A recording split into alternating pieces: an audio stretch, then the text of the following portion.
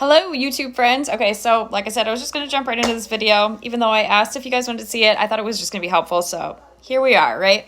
And what we're going to talk about today is post-op depression. So again, like I said in my last video, it is not talked about.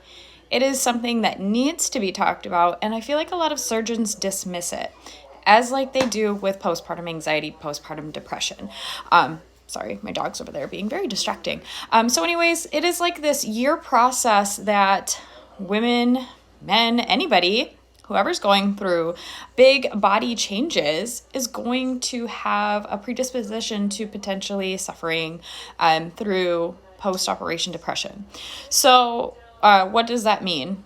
You're in a foreign body now. All of a sudden, you knew who you were, you knew what you looked like, you woke up, you looked the same every day, and now you're just not feeling you. That can have a huge, huge impact on your mental health state. Pain also contributes into this. The financial aspects of, oh my God, I just spent $20,000, and time off of work and all these different things kind of feed into this beast that is post-op depression.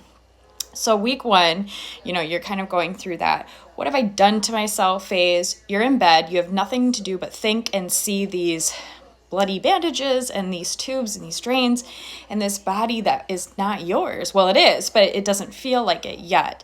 And you can just ruminate on those thoughts in bed, and that is not helpful, but it's going to happen. You're just sitting there, these results that you had in your mind. You're not going to come off the operating room table looking like Kim Kardashian. That's not how that works. We're going to have all this swelling. You're going to go through swell hell for up to 2 to 3 years. So there's these things that contribute into that week one. What have I done to myself? Then we kind of get into the week two, or the phase two, which is like weeks 1 through 3.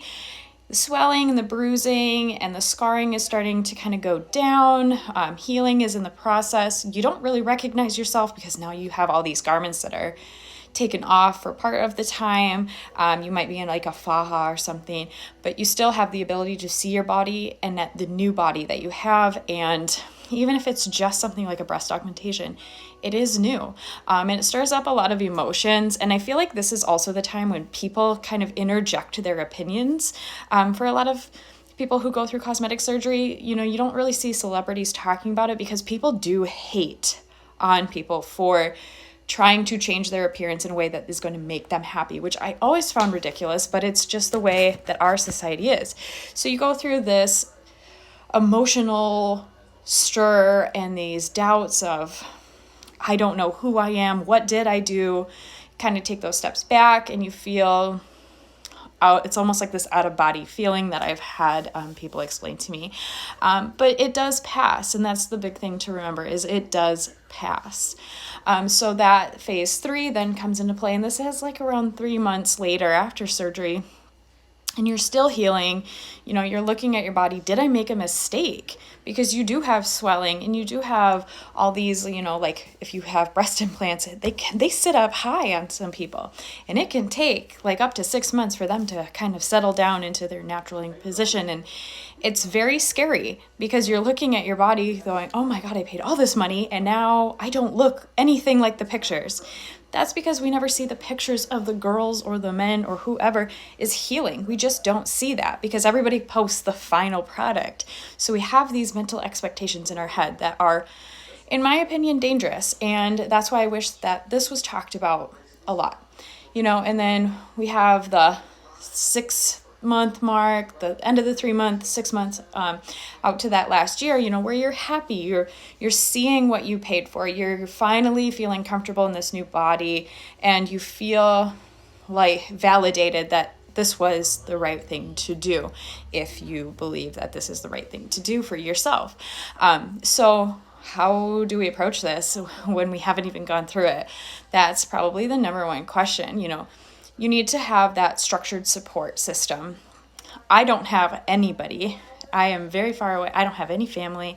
I do have my husband. I do have a couple of very close friends, and they are aware that I'm going to be going through this. But reach out to your physician. make sure you talk to your primary care provider and your surgeon who's going to be performing these cosmetic procedures. Talk about the potentials for this. Bring this up in your pre-op. What do they have in place for their patients that do go through this? Who do they recommend they see? Do you need counseling? Do you need prescriptions? Do you just need somebody there to hold your hand? There's a lot of different things that we all need. No two people are the same. So always keep that in mind. My experience is going to be very different from the next person's, just like yours is going to be very different from mine. Just make sure you have at least somebody there to listen to you when you do feel like things are just not going the way that you thought. Learn that lesson the hard way after I had my twins, and that was not a fun road to go down. Reach out to the physicians, reach out to your friends, family, whoever you have. Don't feel embarrassed because this is elective. This is remember, like when you're going through cosmetic procedures, it is for your mental health. You're not doing this just because. You're doing this because you're trying to find peace within yourself. That is the case for me, but maybe not for you. Just make sure that you have a support system there.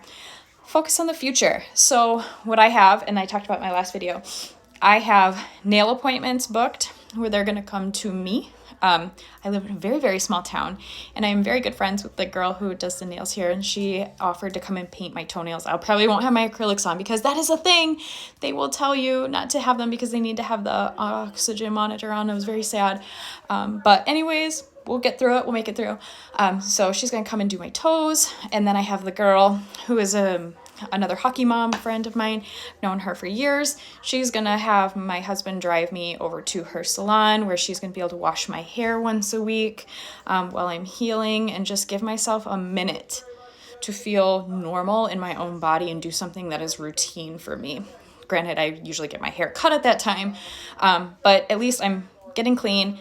I have somebody there to talk to. She also had twins, so she knows this whole situation, what it's like post-body dysmorphia after having twins, and getting that fixed, and feeling those same feelings that I had. So it's kind of nice to have that. So book something for yourself after the surgery. It doesn't have to be anything big, but just have something to focus on so that there's that distraction in the future as your body heals.